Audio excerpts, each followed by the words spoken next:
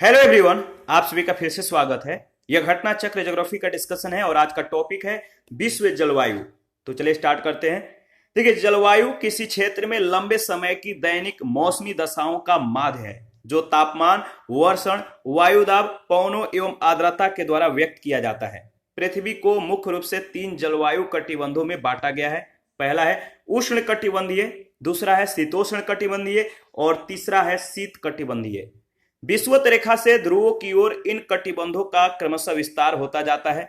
Asia महाद्वीप का विस्तार विषुवत रेखा से उत्तरी ध्रुव तक है, जिसमें सभी प्रकार के जलवायु कटिबंध समाहित है।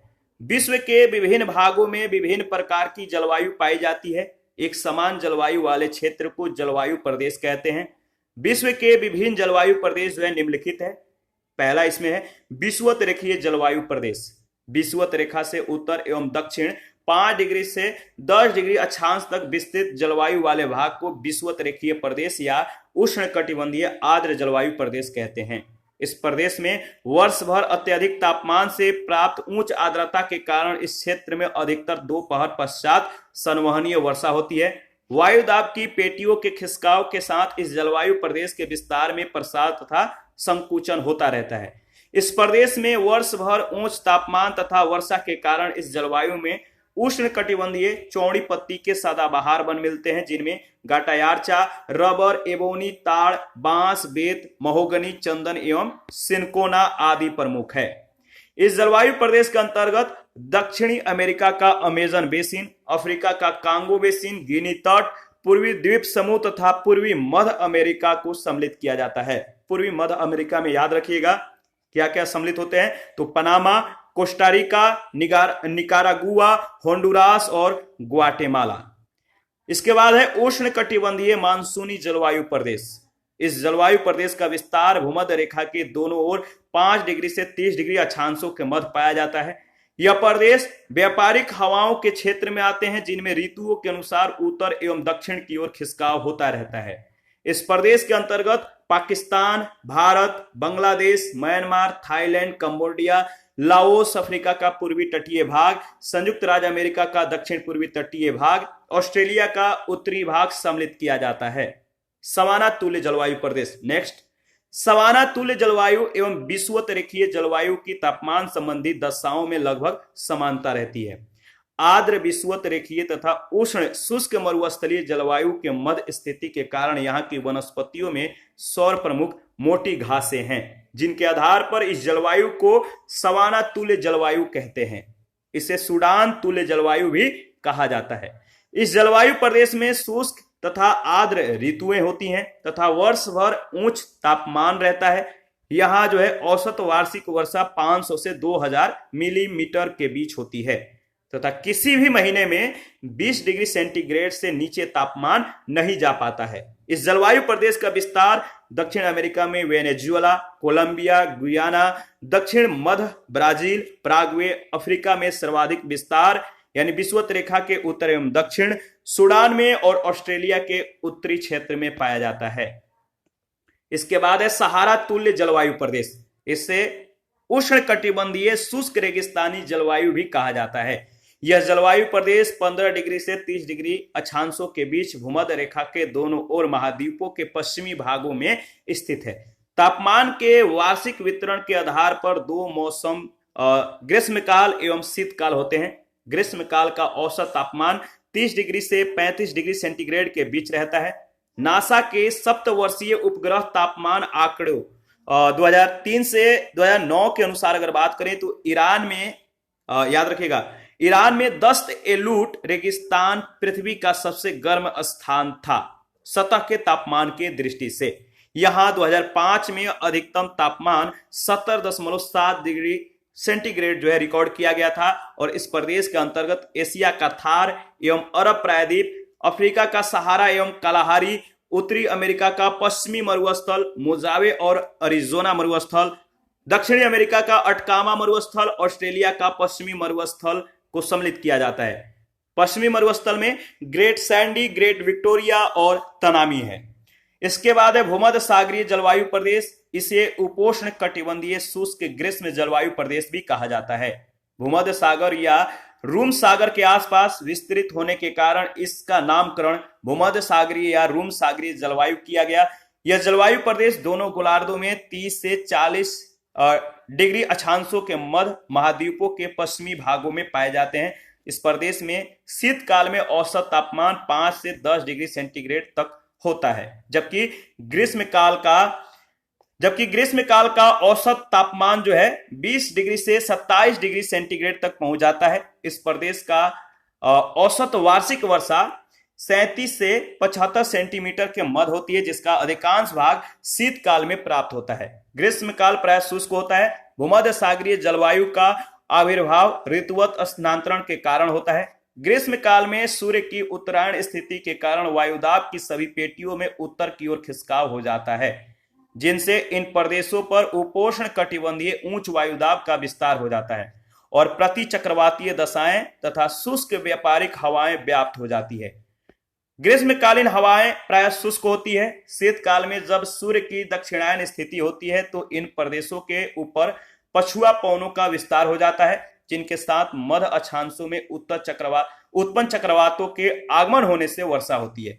पछुआ पवनें चूंकि सागर के ऊपर से होकर आती है, अतः पश्चिमी तटीय भागों में पर्याप्त वर्षा प्रदान करती है। इस जलवायु प्रदेश के अंतर्गत भूमध्य सागर के चारों ओर फ्रांस की नदी घाटियां, दक्षिण इटली यूनान यानी ग्रीस, पश्चिम तुर्की सीरिया, पश्चिम इजराइल, उत्तर पश्चिमी अफ्रीका का अल्जीरिया, उत्तरी अमेरिका में दक्षिण कैलिफोर्निया, मध्य चिली, दक्षिण अफ्रीका का दक्षिण पश्चिम भाग तथा दक्षिण ऑस्ट्रेलिया के भाग को जो है इसमें सम्मिलित किया जाता है।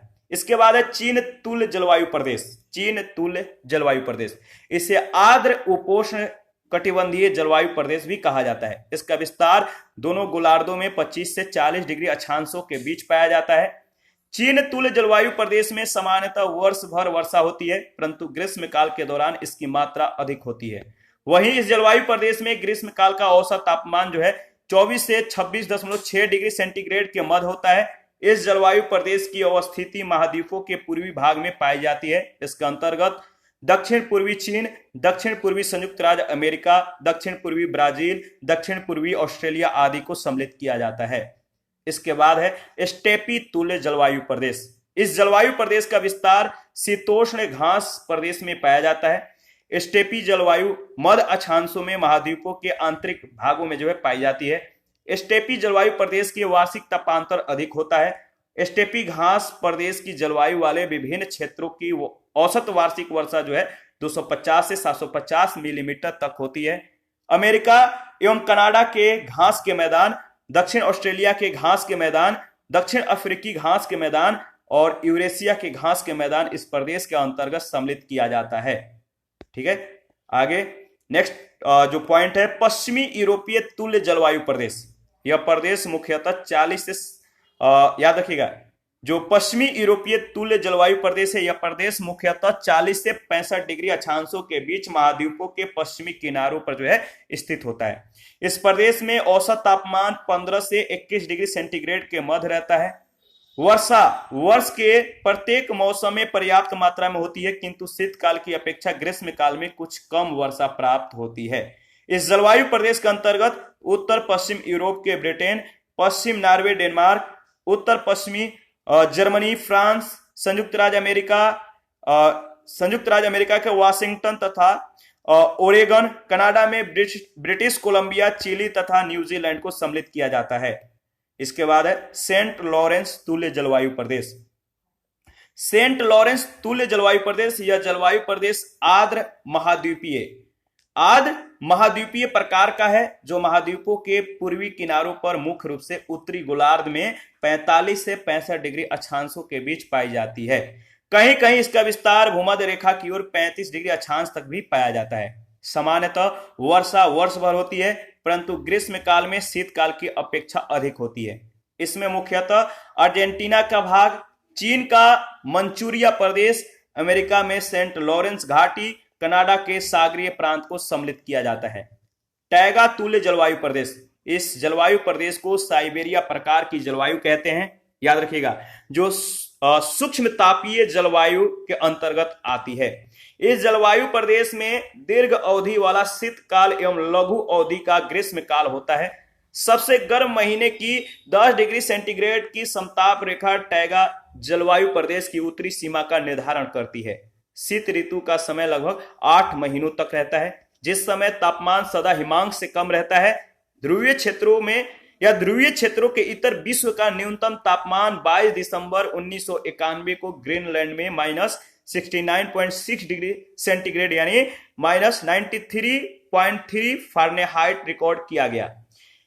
ठीक है, विश्व मौसम संगठन के अनुसार अगर बात करें तो विश्व का न्यूनतम तापमान वोस्टोक पूर्वी अंटार्कटिका में 21 जुलाई 1983 को -89.2 डिग्री सेंटीग्रेड रिकॉर्ड किया गया। टैगा जलवायु प्रदेश में औसत वार्षिक वर्षा 370 से 600 मिलीमीटर के बीच होती है, परंतु अधिकांश वर्षा बारीक एवं शुष्क हिमकणों के रूप में होती है। इस जलवायु प्रदेश के अंतर्गत पश्चिम में उत्तरी अमेरिका के अलास्का, कनाडा का उत्तरी भाग तथा यूरेशिया में पश्चिम में स्कैंडिनेविया प्रायद्वीप से रूसी साइबेरिया को जो है इसमें सम्मिलित किया जाता है।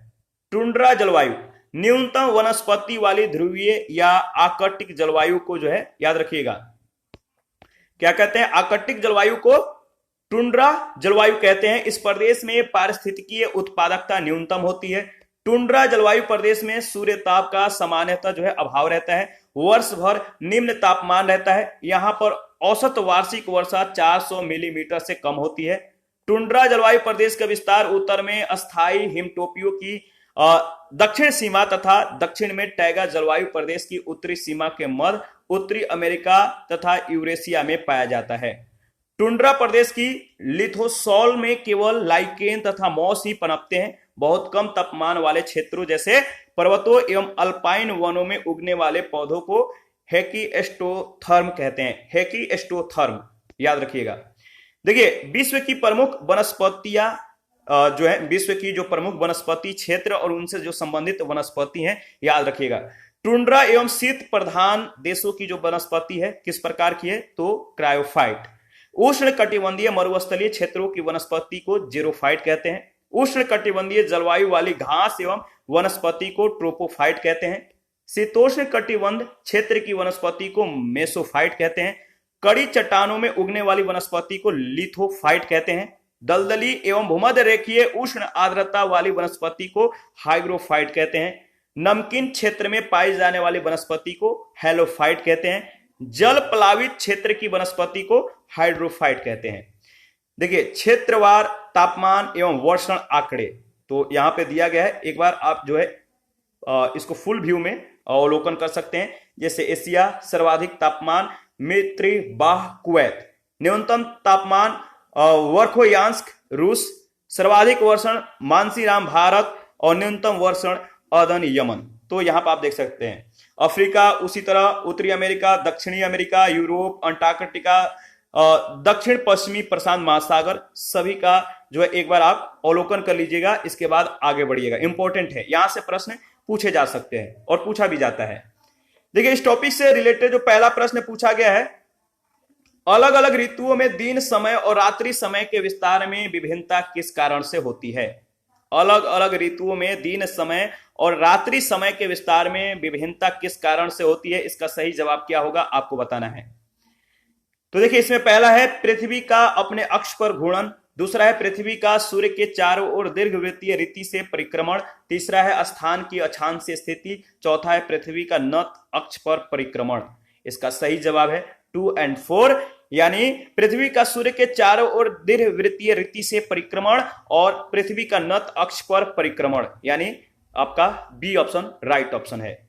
पृथ्वी अपनी धुरी पर झुकी हुई है। यदि पृथ्वी अपनी धुरी पर झुकी न होती तो सर्वत्र दिन रात बराबर होते। इसी प्रकार यदि पृथ्वी सूर्य की परिक्रमा न करती तो एक गोलार्ध में दिन सदैव बड़े और रातें छोटी होती और दूसरी गोलार्ध में रातें बड़ी और दिन छोटे होते। परंतु विषुवत रेखीय भाग को छोड़कर अगर बात करें तो विश्व के अन्य सभी भागों में विभिन्न ऋतुओं में दिन रात के लंबाई में अंतर पाया जाता है। विषुवत रेखा पर सदैव दिन और रात बराबर होते हैं।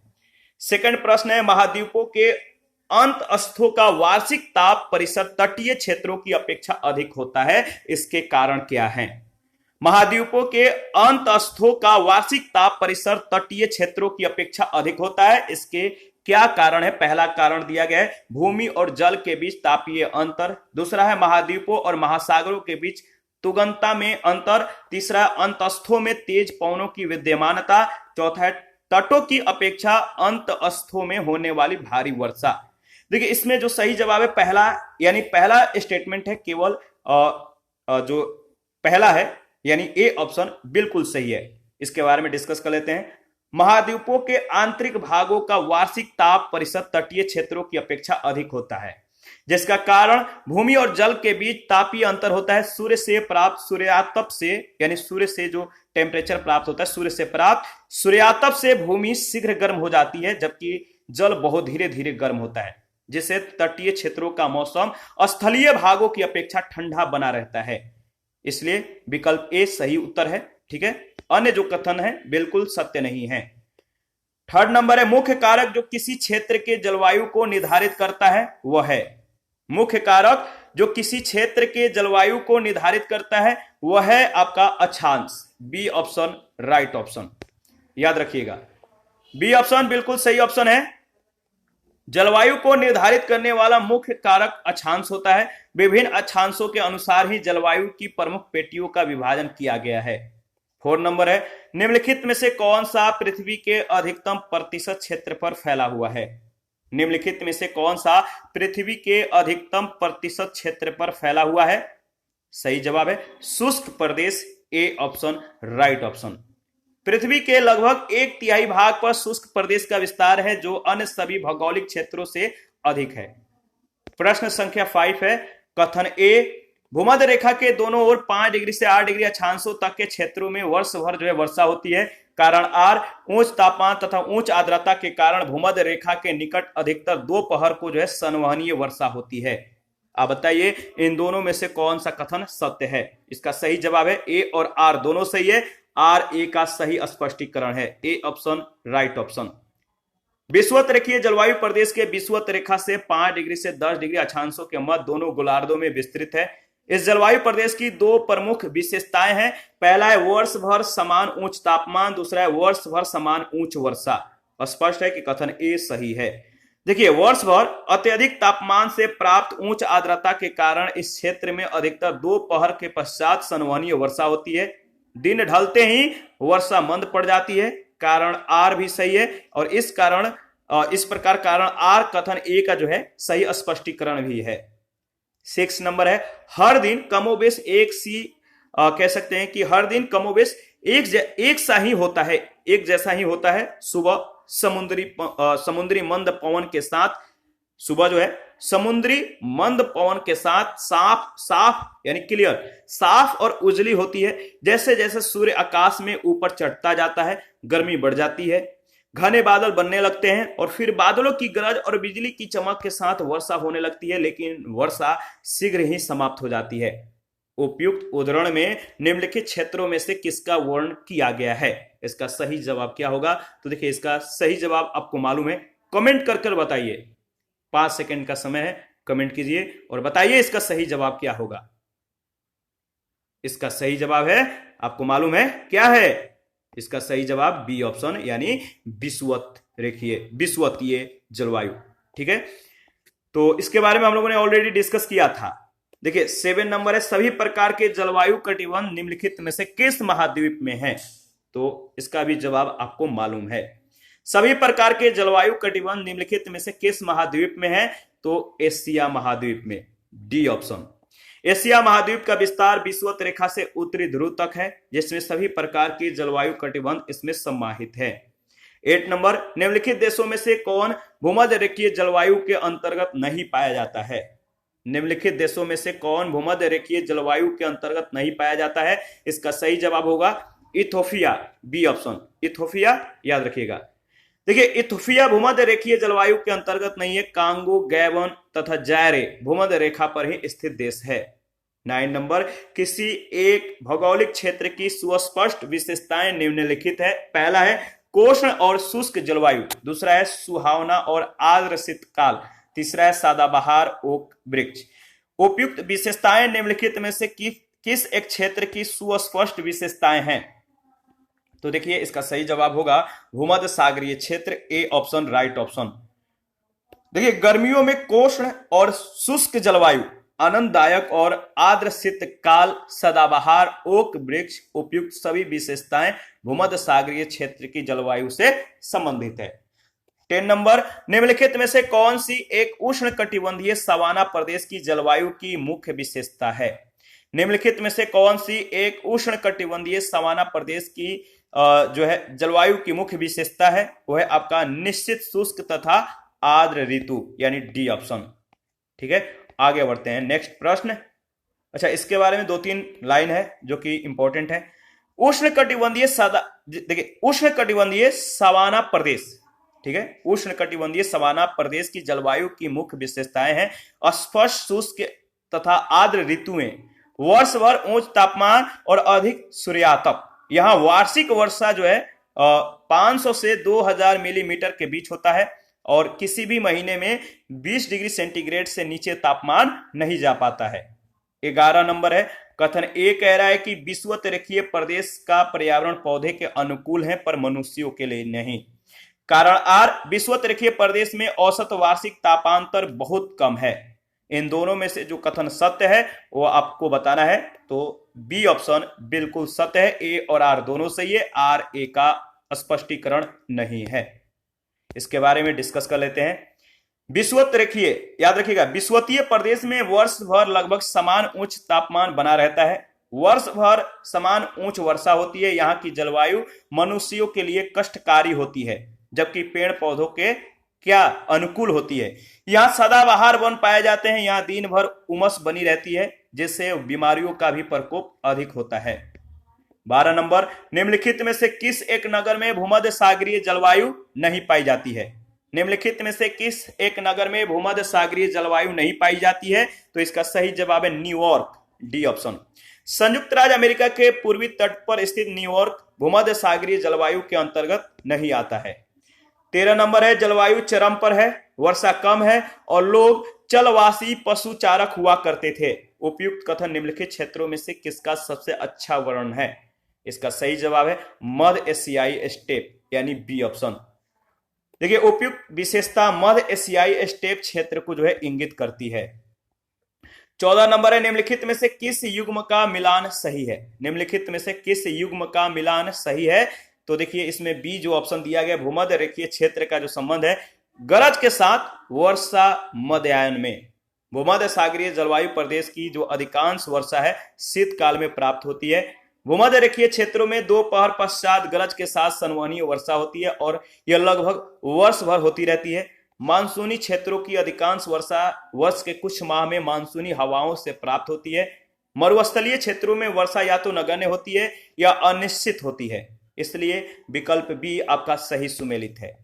15 नंबर में नीचे दिए गए मानचित्र पर विचार कीजिए। मानचित्र में 4 छायांकित क्षेत्रों में से वह क्षेत्र जहां की विशेषताएं या विशेषता तप्त शुष्क ग्रीष्म, हल्की तथा नम शीत और पवनों का मौसमी उत्क्रमण है अंकित किया गया है।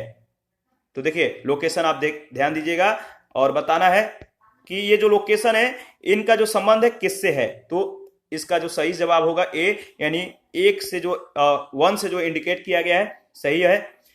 देखिए उपयुक्त प्रश्न में दी गई विशेषताएं भूमध्य सागरीय जलवायु की भौगोलिक दशाओं को प्रदर्शित करती है, जहां ग्रीष्म काल, शुष्क और शीतकाल में वर्षा होती है। मानचित्र में अंकित क्षेत्र 1 को जो है कैलिफोर्निया यानी संयुक्त राज्य अमेरिका भूमध्य सागरीय जलवायु क्षेत्र है जो उपयुक्त प्रश्न में दी गई विशेषताओं से संबंधित है।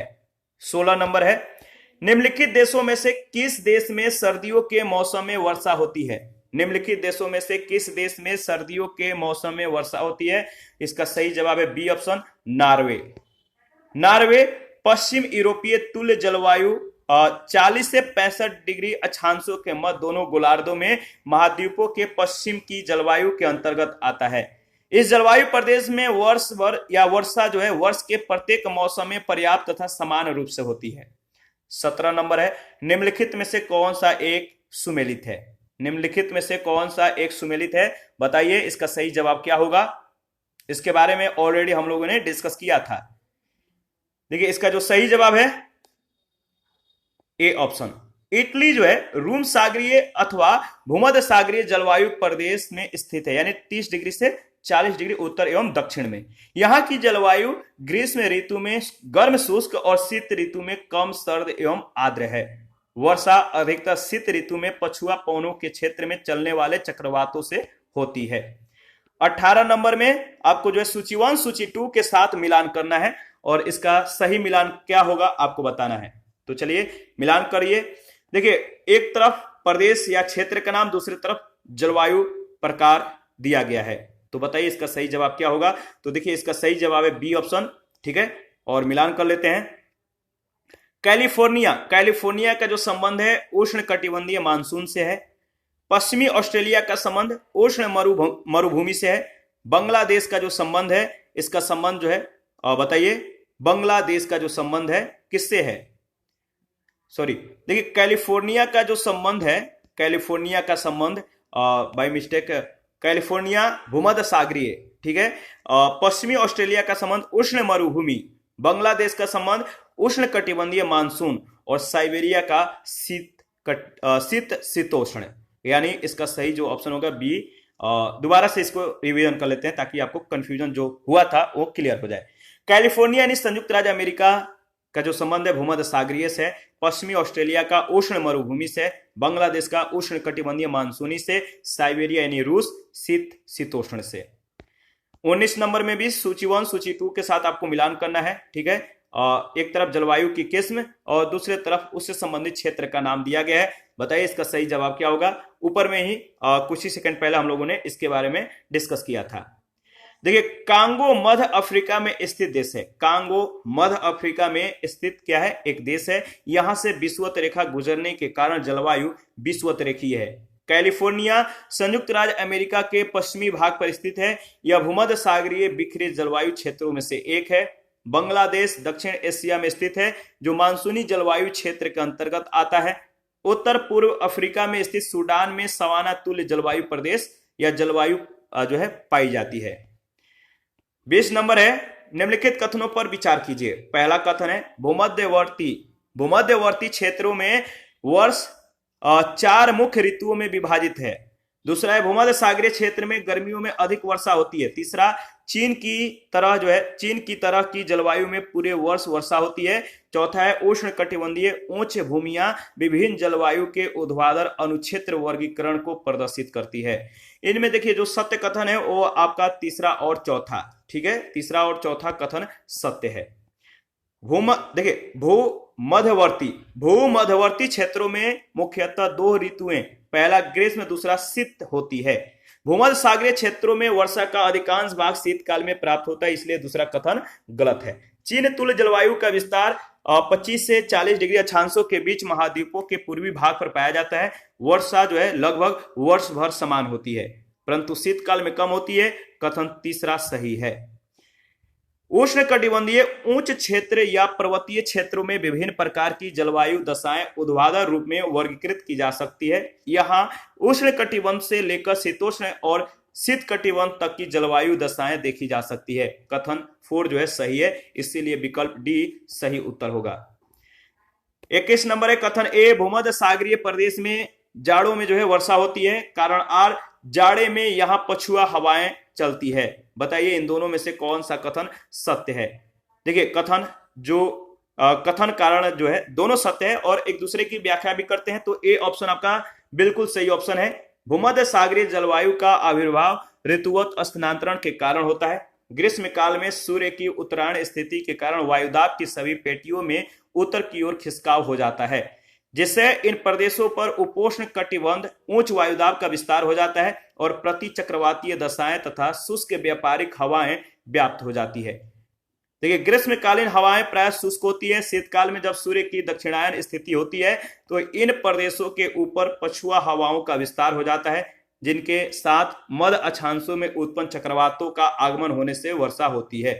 पछुआ हवाएं चूंकि सागर के ऊपर से होकर आती है अतः पश्चिमी तटीय भागों में पर्याप्त वर्षा प्रदान करती है। 22 नंबर, भूमध्य सागरीय क्षेत्रों में भारी वर्षा कब होती है। भूमध्य सागरीय क्षेत्रों में भारी वर्षा कब होती है, तो शीत यानी जाड़े के ऋतु में, शीत ऋतु में, याद रखिएगा। 23 नंबर है कथन ए, उत्तर पश्चिमी यूरोप के बंदरगाह साल भर खुले रहते हैं। कारण आर, दक्षिण पश्चिमी हवाएं साल भर उत्तर पश्चिमी यूरोप के ऊपर बहती है। इन दोनों में से जो कथन सत्य है वह आपका ए और आर दोनों सत्य है, परंतु आर ए की सही व्याख्या नहीं है, यानी बी ऑप्शन सही ऑप्शन है। पश्चिम यूरोपीय जलवायु प्रदेश में तापमान पर सागर, जलधाराओं तथा प्रचलित वायु का पर्याप्त प्रभाव होता है। यूरोप का विस्तार पछुआ पवनों की पेटियों में है। अधिकतर समय पवनें दक्षिण पश्चिम से चलती हैं। यूरोप में किसी भी पर्वत का विस्तार उत्तर से दक्षिण की ओर नहीं है, इसीलिए इन पवनों के मार्ग में कोई अवरोध न होने के कारण ये तापमान को मृदु बनाती है। उत्तर अटलांटिक प्रवाह का गर्म जल पश्चिम यूरोप के तटों के आसपास के सागरों के पानी को जमने नहीं देता है, और इसी कारण यहाँ के बंदरगाह जो है साल भर खुले रहते हैं। पछुआ पवन के कारण इन क्षेत्रों में अच्छी वर्षा होती है, और इस प्रकार कथन कारण दोनों सही है। 24 नंबर है, एक मौसम विज्ञान केंद्र के तापमान एवं वर्षा अभिलेख नीचे दिए गए हैं। माह, टेम्परेचर और वर्षा सेंटीमीटर में दिया गया है। आप इसको एक बार देखिए, अवलोकन कीजिए और बताइए। औसत तापमान 12.8 डिग्री सेंटीग्रेड, औसत वर्षा 54.9 सेंटीमीटर वार्षिक। निम्नलिखित में से उपयुक्त जलवायुविक प्रतिरूप वाले प्रदेश को पहचानिए। तो देखिए इसका सही जवाब होगा भूमध्य सागरीय। जो ये डेटा है भूमध्य सागरीय, उपयुक्त आंकड़े भूमध्य सागरीय जलवायु से जो है संबंधित है। इस जलवायु की संपूर्ण वर्षा शीतकाल में होती है और ग्रीष्मकाल शुष्क रहता है। जैसा कि प्रदर्शित आंकड़ों में भी वर्षा जून जुलाई में नगण्य दिखाया गया है। इस जलवायु में वर्ष भर तापमान लगभग जो है एक सा बना रहता है। 25 नंबर, निम्नलिखित जलवायुओं में कौन दाब पेटियों के स्थानांतरण से संबंधित है? निम्नलिखित जलवायुओं में कौन दाब पेटियों के स्थानांतरण से संबंधित है? इसका सही जवाब होगा, देखिए इसका सही जवाब है भूमध्य सागरीय जलवायु और मानसून जलवायु, यानी C option. C option right option. भूमध्य सागरीय जलवायु और मानसून जलवायु दाब पेटियों के स्थानांतरण से संबंधित है। हवाओं की वायु भार पेटियों के खिसकाव के कारण मानसून हवाओं का भी आविर्भाव होता है। आगे बढ़ते हैं। नेक्स्ट प्रश्न 26 नंबर, जायरे से नीदरलैंड जाते समय निम्नलिखित में से जलवायु प्रदेशों का कौन सा सही क्रम है? जायरे से नीदरलैंड जाते समय निम्नलिखित में से जलवायु प्रदेशों का कौन सा सही क्रम है? तो याद रखिएगा, भूमध्य रेखीय जलवायु, इसके बाद उष्ण मरुस्थलीय जलवायु, पश्चिमी यूरोपीय जलवायु, इसके बाद भूमध्य सागरीय जलवायु, यानी ए ऑप्शन राइट ऑप्शन है। जायरे मध्य अफ्रीका में स्थित देश है, जबकि नीदरलैंड पश्चिम यूरोपीय देश है। जायरे से नीदरलैंड जाते समय निम्न जलवायु प्रदेशों से होकर गुजरना पड़ेगा। भूमध्य रेखीय जलवायु, उष्ण मरुस्थलीय जलवायु, भूमध्य सागरीय जलवायु और पश्चिमी यूरोपीय जलवायु, यानी विकल्प ए आपका सही उत्तर है। 27 नंबर, संसार का आर्द्रतम स्थान कौन सा है? संसार का आर्द्रतम स्थान है मानसीनाम। संसार का आर्द्रतम स्थान भारत का मानसीनाम है, ये मेघालय में है, याद रखिएगा, यहां से प्रश्न पूछे गए हैं। 28 नंबर है, विश्व का सबसे ठंडा स्थान कौन सा है? विश्व का सबसे ठंडा स्थान है वर्खोयांस्क, यानी डी ऑप्शन। प्रश्न काल में ध्रुवीय क्षेत्रों के इतर विश्व का न्यूनतम तापमान वर्खोयांस्क, साइबेरिया -67.8 डिग्री सेंटीग्रेड 1933 में रिकॉर्ड किया गया। विश्व का सबसे ठंडा स्थान अंटार्कटिका का वोस्टोक है, याद रखिएगा। यहां 21 जुलाई 1983 को -89.2 डिग्री सेंटीग्रेड तापमान रिकॉर्ड किया गया था। सुमेलित कीजिए, 29 नंबर में पूछा गया सुमेलित कीजिए, तो चलिए सुमेलित करते हैं। इसका सही जवाब क्या होगा? तो देखिए बी ऑप्शन राइट ऑप्शन है। देखिए अत्यधिक गर्म का जो संबंध है सहारा मरुस्थल से, अत्यधिक ठंडा का जो संबंध है अंटार्कटिका से, अत्यधिक वर्षा चेरापूंजी में और अत्यधिक सूखा चिली में। 30 नंबर है, अल्पकालिक जलवायु संबंधी भविष्य कथन के लिए पिछले दशक में ज्ञात हुई निम्नलिखित स्थितियों में कौन सी जो है एक भारतीय उपमहाद्वीप में विरल क्षीण मानसून वर्षा से संबंध है? अल्पकालिक जलवायु संबंधी भविष्य कथन के लिए पिछले दशक में ज्ञात हुई निम्नलिखित स्थितियों में से कौन सी एक भारतीय उपमहाद्वीप में विरल क्षीण मानसून वर्षा से संबंध है? तो इसका सही जवाब है एल नीनो और दक्षिणी दोलन, यानी सी ऑप्शन। एल नीनो पूर्वी प्रशांत महासागर में पेरू तट के निकट उष्ण समुद्री धारा के रूप में प्रकट होता है। इसके कारण भारतीय मानसूनी वर्षा प्रभावित होती है, जिससे सूखे जैसी स्थितियों का जो है जन्म होता है। अतः एल नीनो और दक्षिण दोलन भारतीय उपमहाद्वीप में विरल क्षीण मानसून वर्षा से संबंध है। ला नीना विषुवतरीय प्रशांत महासागर में कम ताप को दर्शाता है, जो एल नीनो के विपरीत होता है। देखिए, एल नीनो और ला नीना बहुत इंपॉर्टेंट है, यहां से प्रश्न बहुत बार पूछा जा चुका है। 31 में पूछा गया कि यह संदेह है कि ऑस्ट्रेलिया में हाल में आई बाढ़ ला नीना के कारण आई थी। ला नीना जो है एल नीनो से कैसे कैसे भिन्न है, आपको दो कथन दिए गए हैं। पहला है ला नीना विषुवतीय हिंद महासागर में समुद्र के असाधारण रूप से ठंडे तापमान से चित्रित होता है, जबकि एल नीनो विषुवतीय प्रशांत महासागर में समुद्र के असाधारण रूप से जो है गर्म तापमान से चित्रित होता है। दूसरा है एल नीनो का भारत की दक्षिण पश्चिमी मानसून पर प्रतिकूल प्रभाव पड़ता है, किंतु ला नीना का मानसूनी जलवायु पर कोई प्रभाव नहीं पड़ता। इसका जो सही जवाब होगा क्या होगा? एल नीनो और ला नीना के संदर्भ में न तो पहला और न ही दूसरा कथन सत्य है। एल नीनो का संबंध पूर्वी प्रशांत महासागरीय जल के तापमान में वृद्धि से और ला नीना का पश्चिमी प्रशांत महासागर के उष्मन से है। याद रखिएगा, ला नीना और एल नीनो। एल नीनो का संबंध किससे है? पूर्वी प्रशांत महासागरीय जल के तापमान में वृद्धि से। ला नीना का पश्चिमी प्रशांत महासागर के उष्मन से। एल नीनो का भारत के दक्षिण पश्चिमी मानसून पर प्रतिकूल प्रभाव पड़ता है, जबकि ला नीना के आविर्भाव के कारण पश्चिमी प्रशांत महासागर के उष्णकटिबंधीय भाग में तापमान में वृद्धि होने तथा वाष्पीकरण अधिक होने से इंडोनेशिया एवं ऑस्ट्रेलिया के सीमावर्ती भागों में सामान्य से अधिक वर्षा होती है और भारत में भी ग्रीष्मकालीन मानसून अधिक सक्रिय हो जाता है। 32 एल नीनो बनता है प्रशांत महासागर में। A option right option. 33 है निम्नलिखित तापमान और वर्षा आंकड़ों पर विचार कीजिए। माह, टेम्परेचर और वर्षा सेंटीमीटर में दिया गया है।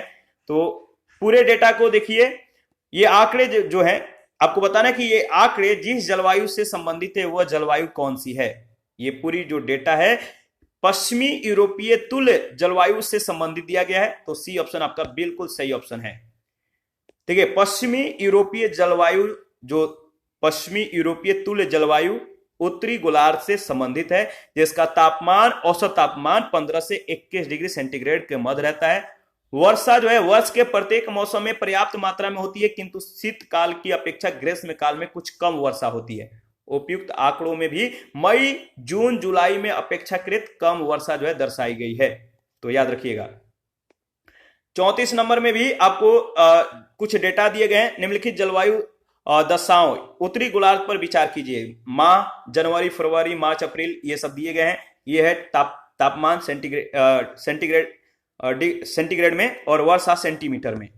तो ये जो डेटा है आप एक बार देख लीजिए और बताइए इनके पाए जाने की सर्वाधिक संभावना है किस प्रकार के क्षेत्रों में?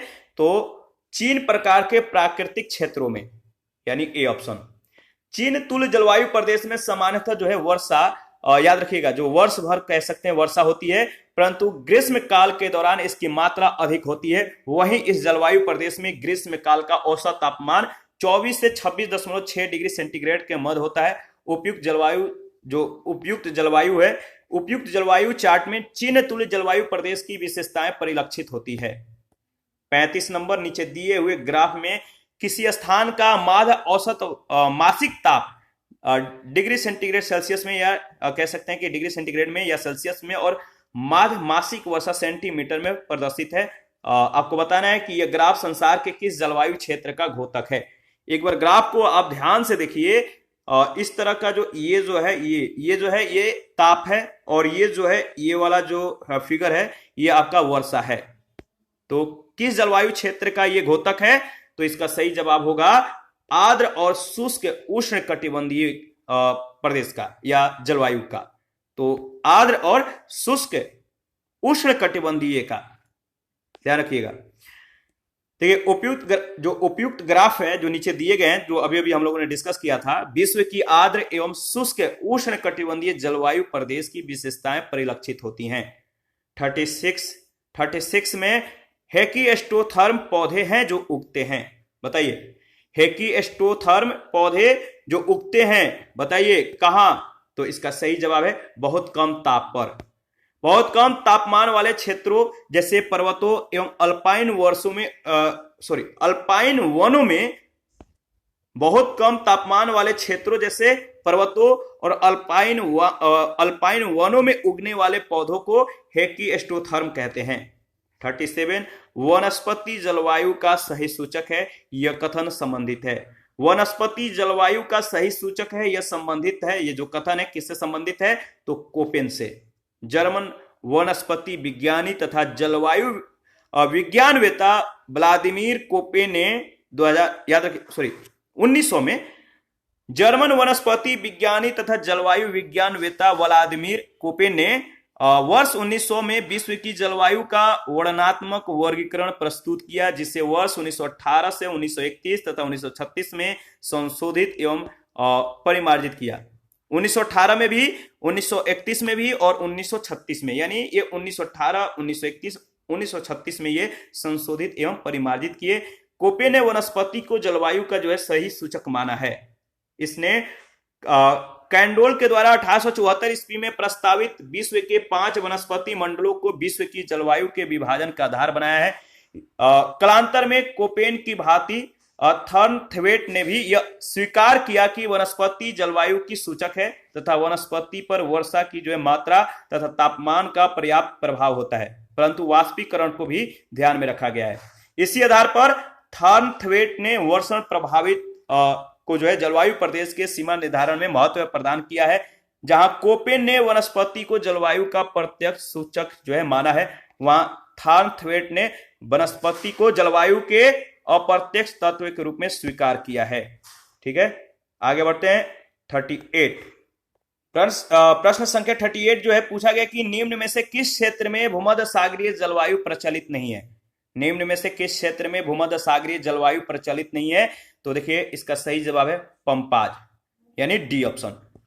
मध्य चिली, केप टाउन यानी दक्षिण अफ्रीका तथा एडिलेड यानी ऑस्ट्रेलिया में भूमध्य सागरीय जलवायु कोपेन के अनुसार CSA और CSB पाई जाती है, जबकि पंपाज क्षेत्र उष्ण जलवायु का क्षेत्र है। ध्यान रखिएगा।